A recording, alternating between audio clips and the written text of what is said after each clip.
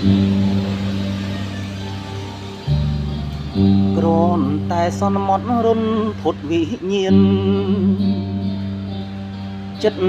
រៀមទន្ទ្រាំបៀមទុករីងរៃបើជាការពិតដួងចិត្តបងត្រូវឃ្លាតឆ្ងាយជីវិតពិតរួគ្មានន័យអ្វីបងពិតជាខ្សែមិនខានព្រោះស្នេហ៍ពុំផានច្រានក៏ផាងដីភក្ដីជូនថ្លៃគ្មានអ្វីហាមបានអរគុណវេលាបណ្ដាលឲ្យជួបកល្យានពីមិត្តខិតទៅរួមប្រានឃ្លាតមួយជំហានក៏ភ័យមិនអាចខ្វះថ្លៃហារតីសូមសារភាពរៀមទូរស័ព្ទ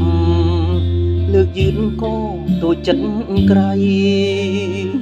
ស្និទ្ធស្នាលដល់ធ្លាប់មិនចង់នឹងស្ដាប់ពាក្យឃ្លាតឡើយស្រីអង្វរសូមគុំអប្រិយប្រឡ័យដោយក្តីឃ្លាតប្រាណអើយដែលឆ្កំឆ្កងកុនឡងនោះណាឬស្យា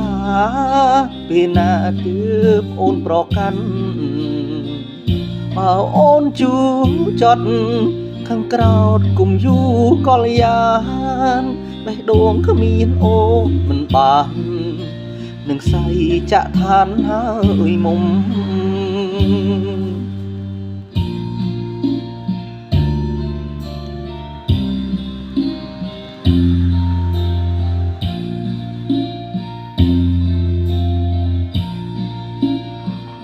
មិនអាចខ្វះថ្លៃ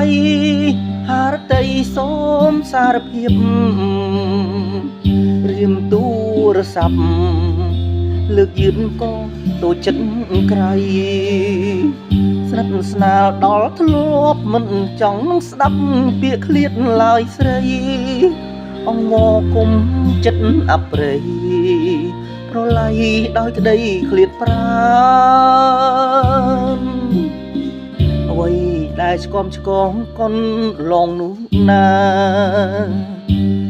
ឬស្យាពេលណាទើបអូនប្រកាន់បើអូនជូចត់ខាងក្រោតគង់ទូកល្យានបេះដូងគ្មានអូនមិនបានសុខស័យចាក់ឋានហើយមុំ